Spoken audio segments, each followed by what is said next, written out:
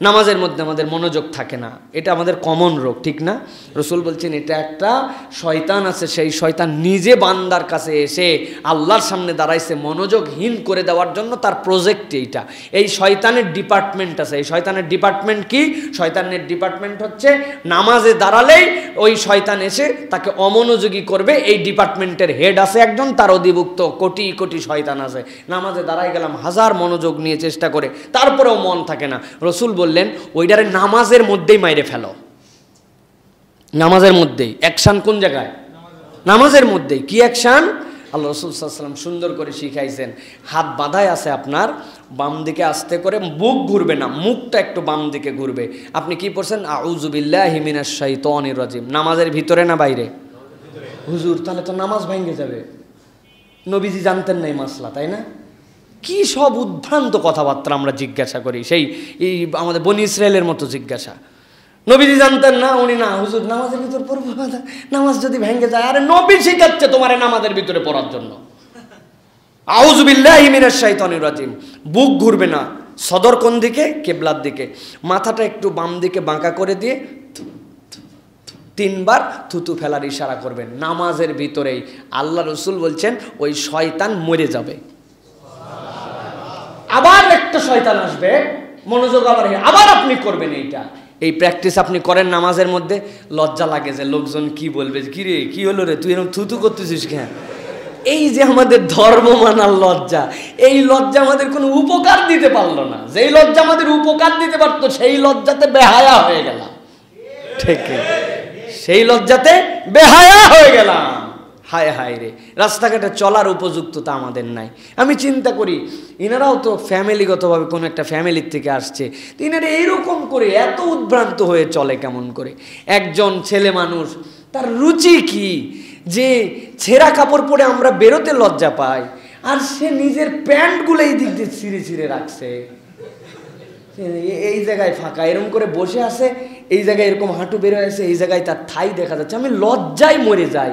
চিন্তা করলাম একে জামা কাপড় কিনে দেওয়া লাগবে কিনা। পরে বুঝলাম না, এ ফকির না, এ হচ্ছে মস্তিষ্ক বিকৃতির ফোকারতের মধ্যে আছে। লজ্জা শরমের ফকির সে, লজ্জা শরম তার মধ্যে নাই। আমাদের প্রিয় মায়েরা, প্রিয় বোনেরা, তারা আগে এক ধরনের চলাফেরা করতেন, হয়তো বোরকা পরতেন না, হয়তোবা যেটা শরীয়তের নির্ধারিত পর্দা সেই পর্দা মানতেন না, কিন্তু তারপরেও তাদের চলাফেরার মধ্যে পর্দার কাছাকাছি লুক ছিল।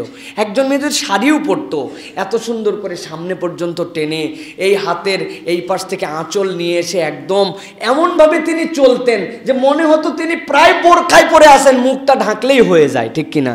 কিন্তু এখন সেটা রূপান্তর হয়ে এমনভাবে তারা পোশাক পরছেন, এমনভাবে তারা তাদের শরীরের এই শাড়ি দ্বারা অনাবৃত করছেন, যেটা হাজার চেষ্টা করে অনাবৃত করা সম্ভব ছিল না। এখন এই পোশাক পরে সে অনাবৃত হয়ে গেছে, ঠিক কিনা? বড় বড় মার্কেটে এখন গেলে লজ্জা লাগে যে যেইগুলো আগে ইন্ডিয়াতে গেলে বিভিন্ন জায়গায় নিম্ন রুচির, একদম নিম্ন বোঝা যায় যারা দলিত মলিত যেইগুলা বলে, তাদের চলাফেরা দেখলে ওরা এই ধরনের হাত কাটা এরকম স্লিপলেস পরতো। এখন আমাদের মেয়েরাও সেই রুচিতে পরিবর্তিত হয়েছে। তার মানে কি বোঝা যায়? উনাদের সব দিকে রিচ লেভেল বাড়লেও উনাদের লজ্জা এবং হায়ার যে অভাব, এইটা ফকিরের লেভেলে পৌঁছায় গেছে। ঠিক, হায়া ফকির হয়ে গেছে। তার হায়া বলে আর কিছুই না তার মধ্যে, তার গায়েই বাঁধে না।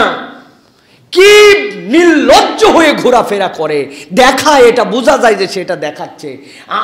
এখন আল্লাহ মাফ করো, পুরুষরা সাইড দিতে চায়, তারা ধাক্কা দিয়ে অনেক সময় চলে যায়, যায় না প্রিয় ভাইয়েরা? তো এই যে আমাদের এখানে তো আমাদের লজ্জা বাড়ানোর কথা, এই জায়গায় আমাদের হায়া বাড়ানোর কথা। এই সমাজ এই জায়গা থেকে নষ্ট হয়ে যাচ্ছে, এই হায়াতে আমাদের খবর নাই। কিন্তু আল্লাহ এবং তার রসুল যেইগুলো আমাদেরকে সুন্দর বিধিবিধান নির্দেশনা দিয়ে গেলেন, সেইগুলো পালন করতে আমাদের জন্য লজ্জা লাগে। কিসের লজ্জা আপনার জন্য প্রিয় ভাইরা? রাসূলুল্লাহ সাল্লাল্লাহু আলাইহি ওয়াসাল্লাম আপনার জন্য তাহলে কি শিখালেন? যদি আপনার স্বপ্নের মধ্যে তাহলে কোনো দুঃস্বপ্ন দেখেন, তাহলে আপনার এইটা আমল।